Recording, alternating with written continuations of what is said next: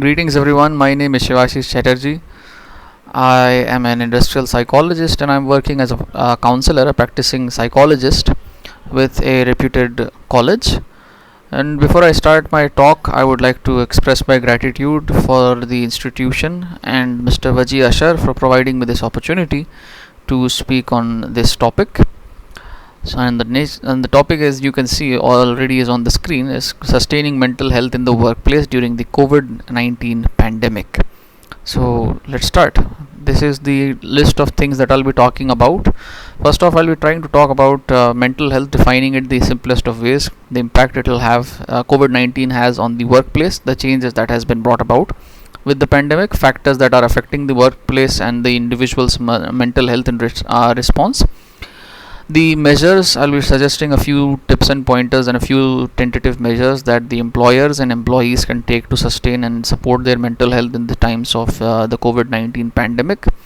And lastly, I'd like to talk about some measures the individual students can take to sustain and support their chances of finding and securing meaningful employment and even a business opportunity for themselves in the upcoming years after the COVID-19 pandemic, because the existing exam systems and curriculums have been disrupted for quite a while now, and considering how people have lost their jobs or how the industry fields have been affected, the disruption will end. People will find the new situation to be acceptable in a short period of time, but preparing for the time would be essential. So let's get into it. Mental health, according to the World Health Organization, is a state of well being in which an individual understands his or her own abilities or capabilities, can cope with the normal demands of life and stresses of life. I call demands stresses because any kind of demand that is imposed on the body results in stress, be it in times of good or be it in terms of a bad stress. Hypo stress also is a type of stress which is an extremely low quality, and hyper is an extremely high quality of stress. So either of the four can affect in the form of a demand. And in the individual who is mentally healthy, it also includes the capacity to work productively and fruitfully in our day-to-day lives. And the mentally stable and healthy individual is able to make a contribution to his or her own community, because after all, people are societal animals, and being a part of a community is very essential for the individual to grow and sustain oneself as a fully well-rounded individual.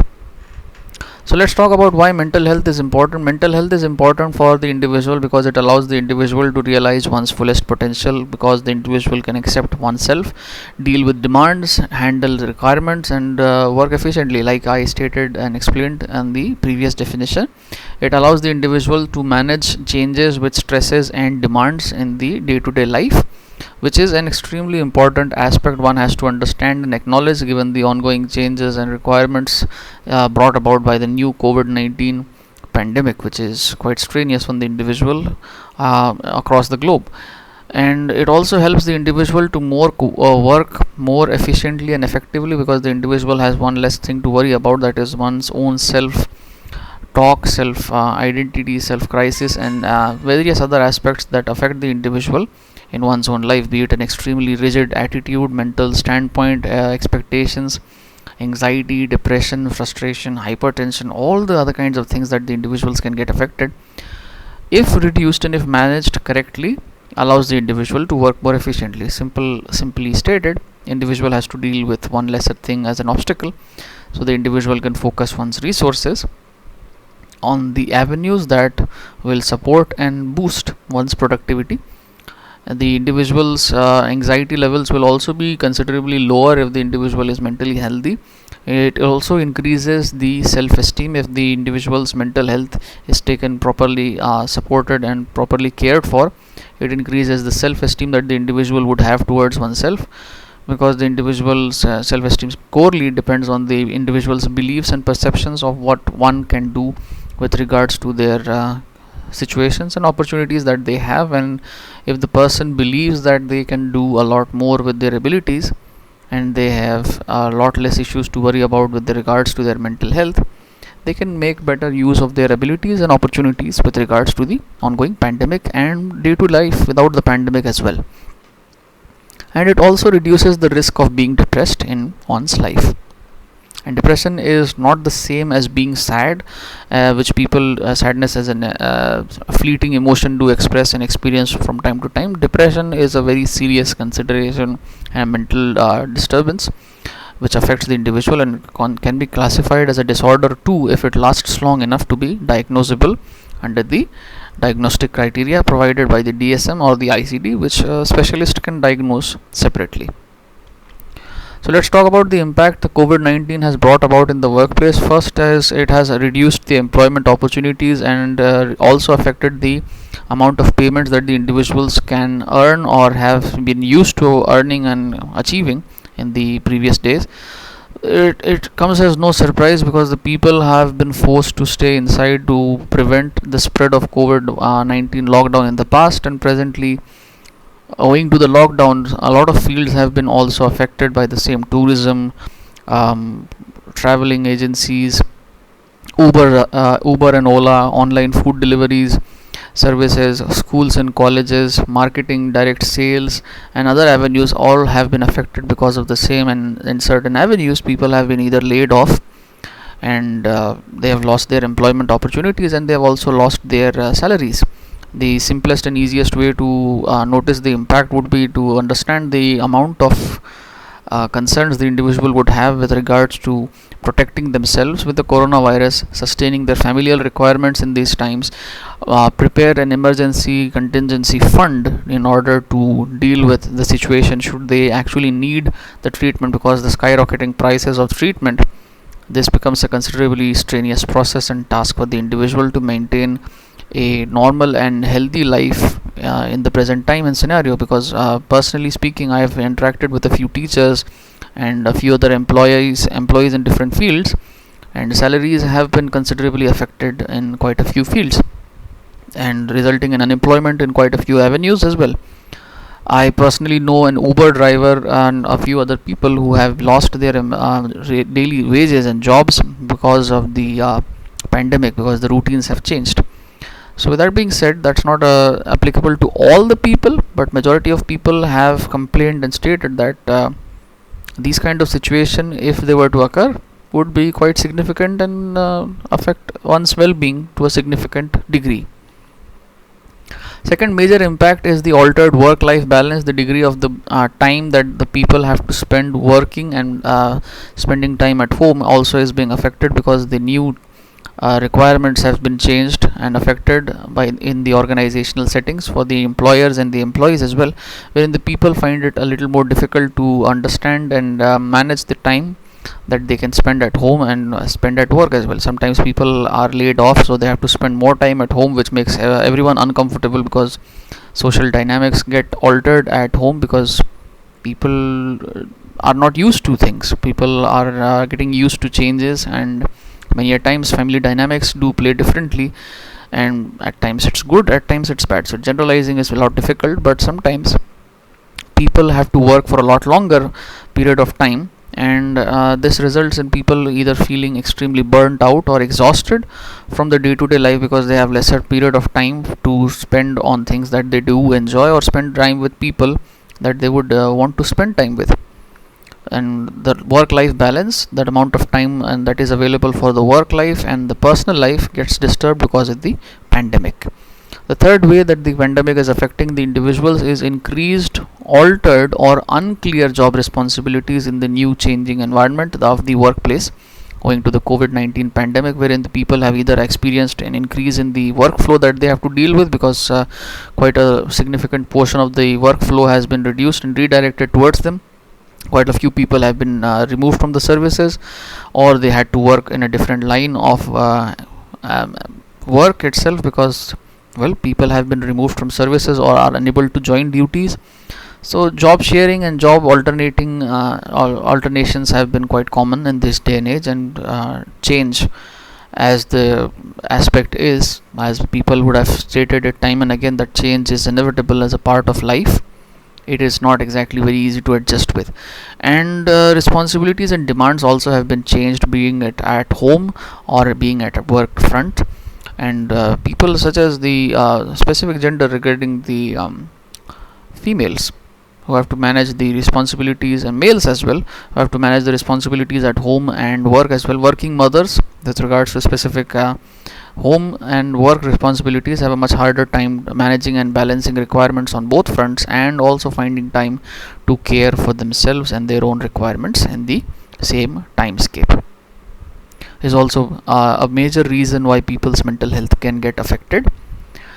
Segregation and profiling is one other reason why mental health of the individual can get affected, because people in the pandemic often tend to be extremely scared or finicky with regards to approaching people who either have been diagnosed for positive for COVID-19 or are under suspicion. So people act out of fear and most likely end up taking the worst ways possible to deal with their expressions and emotions, by either spreading extremely vicious rumors about the person being positive just based on some slightly identifiable symptoms which may or may not be confirmed, but people tend to jump the gun and therefore label people, and therefore increase the strain on the individual's mindset. People have also resorted in some areas to segregate and resort to insulting people based on their facial appearances. People like from the northeast, me personally, have experienced to a certain degree segregation and hateful comments and responses from people on social media platforms. It's not a common thing, or not, it's not happening all across India, but at times when it does happen, it does affect the individual's mindset considerably. I have seen it happen in a few industries on a small scale and large scale avenues as well, wherein people who were in close contact with people who have been diagnosed positive for the COVID-19 pandemic being isolated and segregated, wherein people have either lost jobs because they were in contact with someone who was diagnosed positive for the COVID-19 pandemic, or was in close proximity with someone, and they themselves were not positive for the same, but since people wanted to save and protect their near and dear ones, they prefer to stay away from the person altogether, therefore creating a much heightened level of stigma for the individual, as can be seen here, wherein one spoon or one fork goes against the rest and is basically ostracized as the black sheep of the group itself. And it is a very detrimental state to be in, considering people are social animals, and being a part of a social group is very much advantageous and beneficial, and is actually desired by people on a day-to-day basis. And being segregated in such a situation in this time and age is quite detrimental to the mental health of an individual. And also decreased sense of job satisfaction and job security. Job security plays a very big role when it comes to understanding how much people would like to invest their time in, and considering the uncertain environment that the COVID-19 has brought about in the workplace and the workplace scenarios, people's sense of security has gone down considerably, and people are now being forced to either constantly look out or be on the lookout for any kind of notification that indicates that their services may not be needed, or the people have actually experienced being terminated from their active services.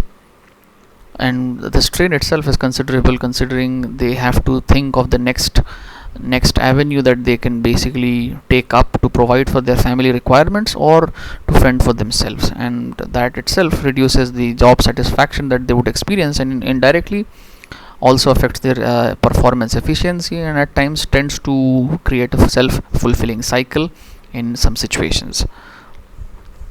So major impact on the mental health would be in the forms of stress, depression, anxiety, burnout that the people can experience. Stress, in the simplest of sense and fashion, would be understood to be the psychological and physiological response that the individual's body and mind can generate in response to a demand imposed by the environment on the individual.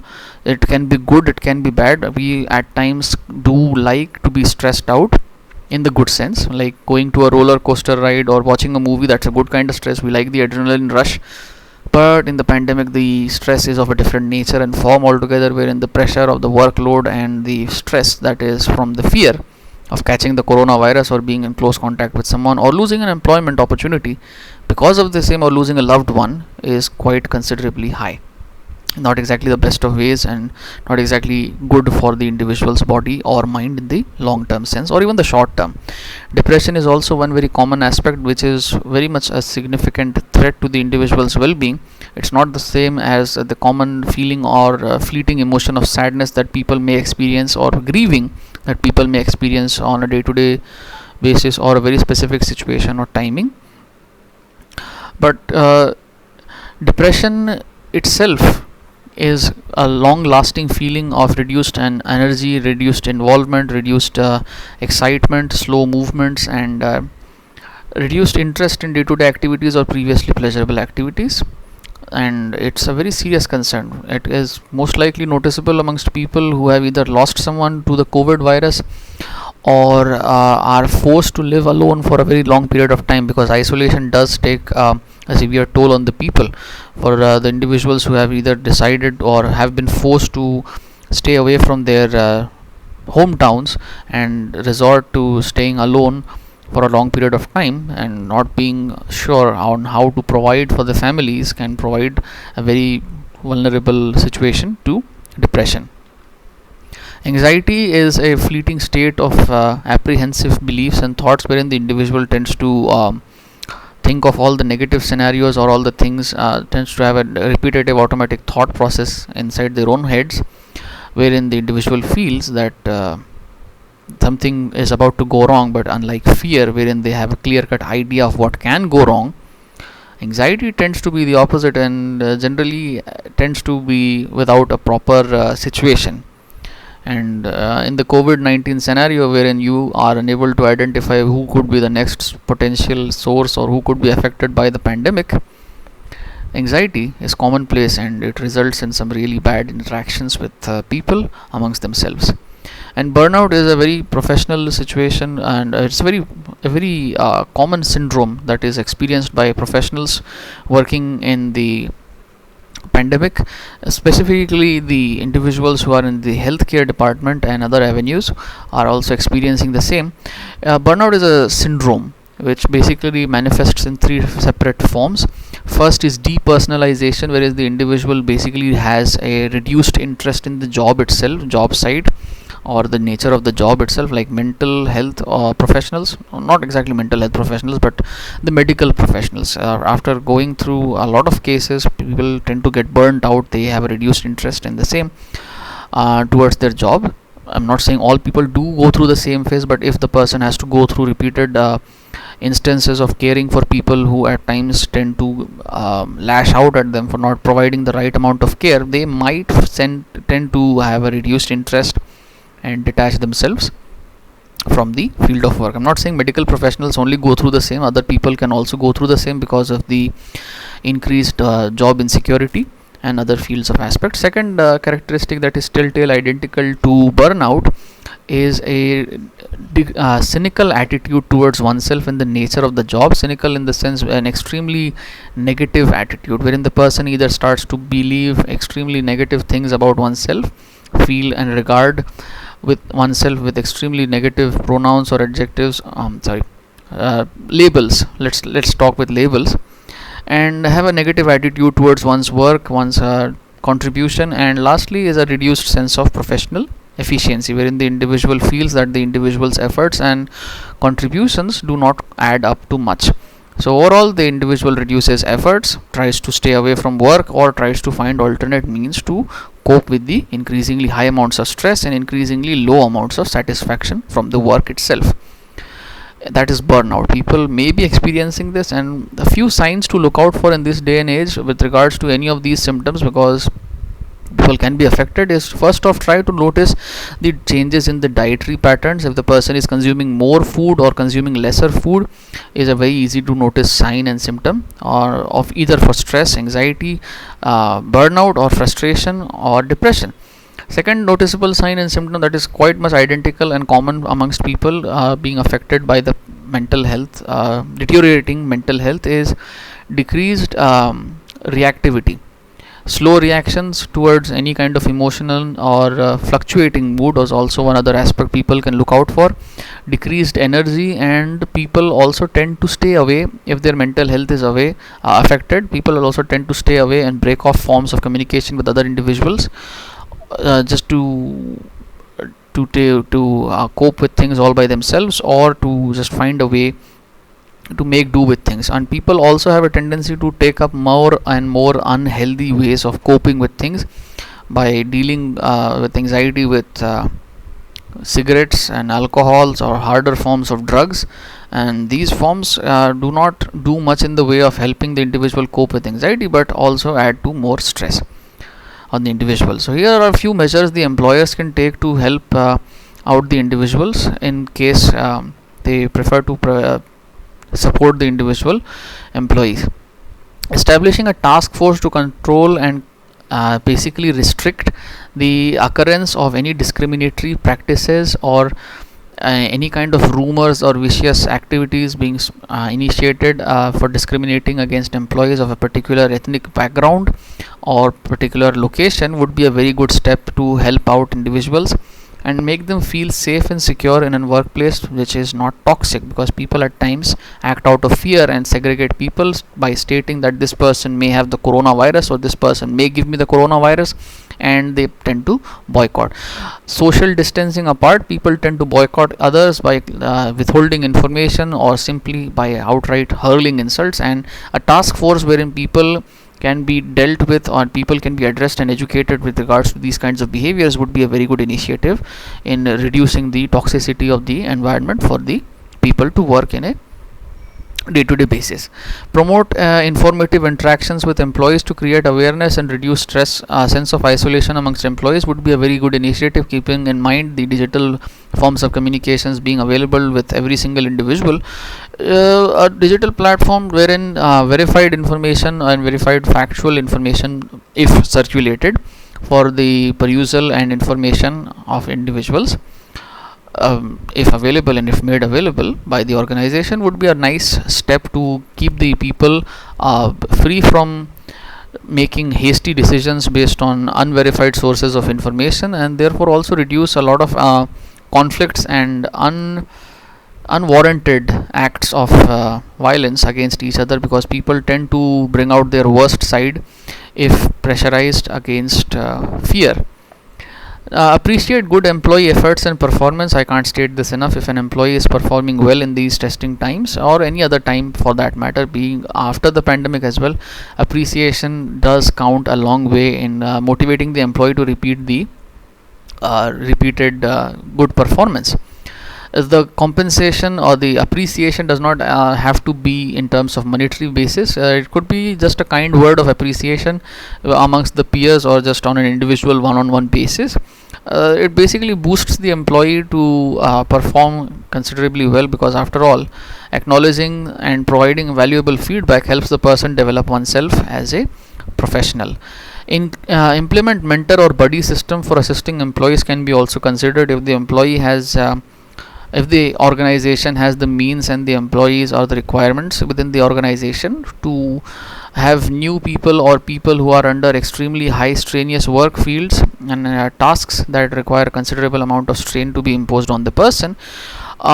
Support system of partnering up with experienced employees and individuals for new employees and individuals can be a very good avenue to reduce stress whilst sustaining the productivity of the people. Rotate shifts and tasks between high low stress tasks can be considered for people who are working in avenues such as people working in the fields involved in extremely high amounts of strain and stress, like people who are working with technology for the first time. Teachers may just find it a bit difficult to gather all the resources appropriate for starting new sessions, or mental health professionals or frontline workers or COVID care center employees or any other kind of avenue, be it sales, marketing or any kind of avenue. Rotating shifts and tasks between the people based on the amount and intensity of stress that they might be experiencing can also provide a much easy and required breathing space for the people. Encourage active participation in decision making wherever possible within the organization. I know it's not applicable in all the fields, but if possible, try asking the people on their opinion as to what they think could be done to help out or help them be more productive in a workplace that is being affected by the COVID. And lastly, manage assigned workloads according to the individual's capacity. And I think it's self-explanatory, because overworked employees also are at the highest risk of being burnt out a lot faster, because without proper feedback, without proper appreciation, without proper guidance, people tend to bring out the worst of them. And if the employers can take into account and consider a few of these steps, the employees' well-being can be considered safeguarded. Employees can consider on an individual basis. First off, I can suggest that focus on managing your workspace according to the principle of ergonomics. Ergonomics is simply the practice of utilizing energy and arranging your equipments in the most efficient manner and form, so as to reduce the amount of injuries that you might be facing. Supposingly, people working from home may not have a proper desktop setup or a work desk for themselves, and they might be making do with all sorts of contraptions at their disposal, be it in terms of furnitures, and a couch is definitely not a place to use your laptop with. So a backache is inevitable in such situations, and other kinds of avenues. I'm not talking of avenues right now. I'm working from home, so I too am adjusting with myself. So if I were to work on a laptop, proper hand support would be advisable. So other avenues, be it in the workplace, would be nice and desirable. Second is reconnect digitally and physically with colleagues by interacting with people who you have not interacted with in a long time, just to say that you do remember the people, and you do care for their well-being. A simple word and act of kindness can go a long way. So if you keep on interacting with people, by keeping into consideration the social distancing norms, try taking up the digital platform. You may not have to visit every single person that you have interacted with in the past, but if you want to talk to someone, if you have something to say to someone, be it a nice word of appreciation or just an appeal to help, communication would be a very good initiative in these distinct times. Make time to work out. I cannot emphasize this, but try to emphasize and ask you to focus on keeping yourself engaged, and try to find a routine that you can engage yourself for your physical and mental routines that you can keep yourself engaged with, because an empty mind is a devil's workshop, and if you keep yourself engaged, you are more likely to have not only a good physique and not only boost your physical capacity, but you can also help boost your mental health by keeping yourself engaged in productive activities. Learn mindfulness or deep breathing meditation exercises, but please do consider, if you already are facing some sort of mental health considerations and issues, mindfulness and meditation exercises may not be the best of activities for you. But if you find yourself in situations where you are unable to control the wandering thoughts in your own mind, mindfulness breathing meditations, yoga can be very useful for helping you understand and manage your thoughts more efficiently in the present day situations. Learn and improve your time management skills by either planning your day in advance or learning how to delegate your responsibilities. Stephen Covey basically has designed a time management matrix that you can try to master in Google, and you can search it up on Google itself, or you can try to find other avenues to basically utilize your time and available resources on a day-to-day basis. Delegate what you don't have to handle yourself, and take into account which is most important to you on a day-to-day basis. Keep lists help out a lot when it comes to managing your productivity on a day-to-day basis. And most likely and last most important is keep your ambient environment properly ventilated and properly lighted up as well, so that your environment should not make you feel gloomy, but it should not also strain you out for the day-to-day environment and working as well. Additionally, also take into account the way you describe your present day activities, tasks and scenarios to yourself. Make sure that you are utilizing proper flexible ways to explain to yourself how you are dealing with the situation, instead of just going for the extreme versions of things, that things can go bad, things have gone bad in the past, and try to focus on the things that you can do instead of the things that you cannot control. Manage and control your social networking habits. I cannot emphasize this enough. You need to take into account the amount of social media that you consume on a day to day basis. Try to reduce the amount of content that makes you feel irritated or agitates you on a psychological basis. Remove those pages, block those people who constantly start discussing things that you don't like to talk with them about, or you can try to actively communicate and set boundaries on the applications themselves. Take breaks whenever available and possible. I cannot emphasize this. You are not a machine. People need breaks, and a well timed break can also be a very nice way to rejuvenate one's own mental agency. If possible, take up a new form of learning, because the new form of working always requires us to keep on upgrading ourselves, because the competition has increased for all of us. So if you feel that you have a lot of time that is available to you at your disposal and you don't know what to make the most of it, try taking up a new hobby or taking up a new form of a learning, a new degree. Anything that you can do to help your career advance is good for you.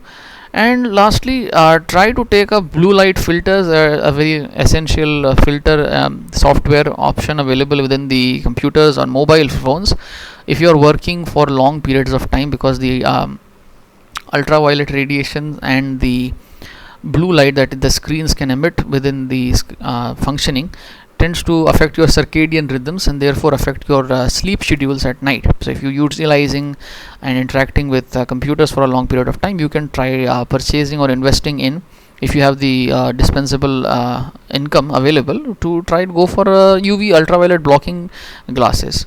It can reduce the eye strain and therefore allow you to work for longer periods of time with computers, should the need apply to you.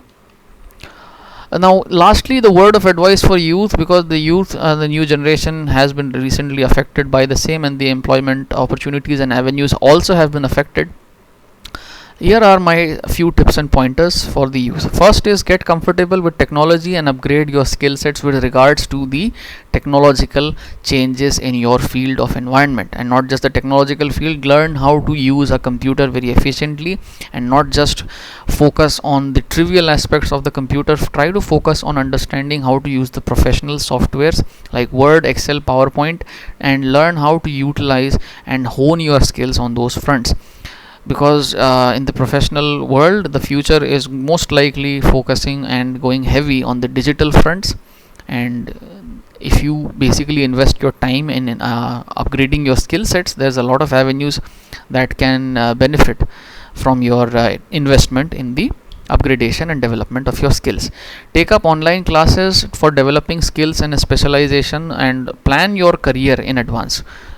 I can't emphasize this enough, that people need to make choices by themselves, or the decisions will be made for them in their future. So if you are presently finding yourself in a situation wherein you either don't like your career aspect, or you don't know where your career aspect is, where your career lies in the future, try to take up an active initiative to understand what avenues are available for your field in the future and what can you do to enhance yourself in the future. And take up online classes. Digital class learning is not too difficult, but make sure you keep your phone away, or if you're not studying from the phone itself, and reduce your distractions while you're learning. Take the learning on the digital platform very seriously, because the only person you're cheating is you yourself by distracting yourself while you're learning. Understand and develop your emotional intelligence. Emotional intelligence is simply the capacity of an individual to understand and manage one's own emotions and the emotions of the other person around themselves.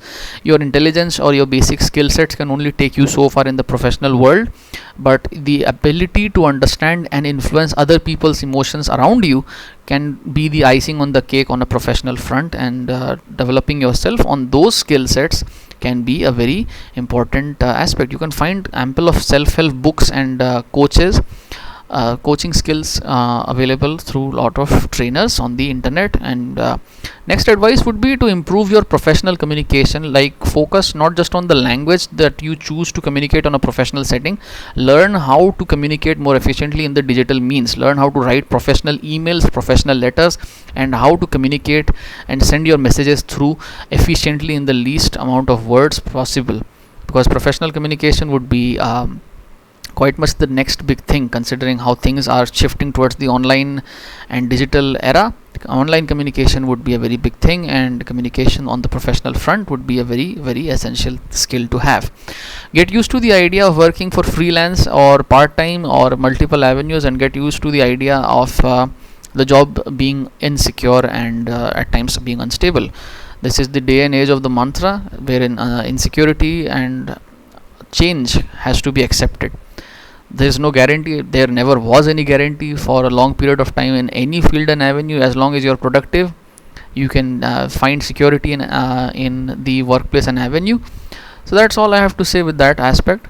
And work on improving your online presence in terms of your social media and how you present yourself on the social media, be in terms of the social networking sites like LinkedIn, Site HR, and other forms of social media like Facebook and Instagram. If you want to establish a career for yourself on the digital platform, if you want to set up a business for yourself, make sure to make a positive impact that you have, and be very careful of what you post on the social networking platforms, and try to make the most of it that is available, because that's the only interaction most people will have with you, given the present scenario wherein people are hesitant to move and interact with each other on a face-to-face basis. And besides, you will be reaching out to a lot more people on the digital platform, so why not make the most of it? Why not put the best foot forward and set the best image that you possibly can to start on the first step itself.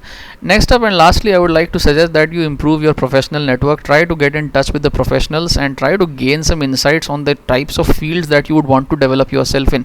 One simple example is LinkedIn, a very professional website for professionals to interact with each other. It's like the Facebook but for professionals. And if you are uncertain on what your job aspects and avenues would look like in the actual field, try to contact with a professional with an honest and genuine intent on understanding the know-hows and the ins and outs of an avenue, and I'm sure people would be supportive in your journey to establish or carve out a path for yourself in the future with regards to your own career. And make sure to keep on upgrading yourself. Try to understand and keep yourself abreast of all the new forms of changes that are already going on with the times, and you should do well in the future. Three things to understand: first is get used to the digital platform, second is upgrade your skills constantly and improve your public skills, and that is emotional intelligence and professional communications, and lastly, make sure to have a positive digital impact, that is on the digital platforms and communication forums like the Site HR, LinkedIn, Instagram, Facebook, social media, because that's where people would interact with you the most. That was all I had to say today. I hope my tips and pointers were easy to understand, and I hope that they serve you well in the present testing times of the COVID-19 pandemic. This is Shivashish Chatterjee, and thank you for your patience on being with me through the interactive session. These are my references if you're interested in going through the same.